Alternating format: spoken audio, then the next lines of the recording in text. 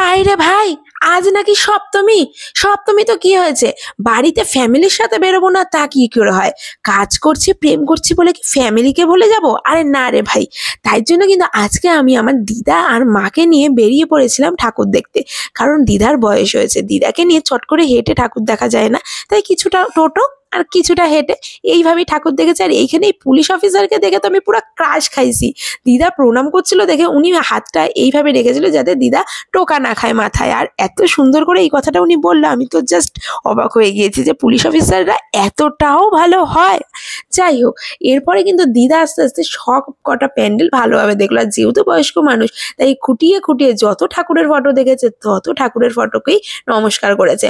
তারপরে কিন্তু আমি দিদাকে নিয়ে চলে আসলাম বাইরে। এরপরও আরো 2-4টে ঠাকুর আমি, দিদা, মা আর সাথে বোন জয়েন করে গিয়েছিল। এই 4জনে মিলে দেখতে দেখতে কিন্তু আমরা আমাদের পুজোর এই সপ্তমীর দিনটা কমপ্লিট করলাম। সাথে আইসক্রিম আমরা দুজনে খেলাম।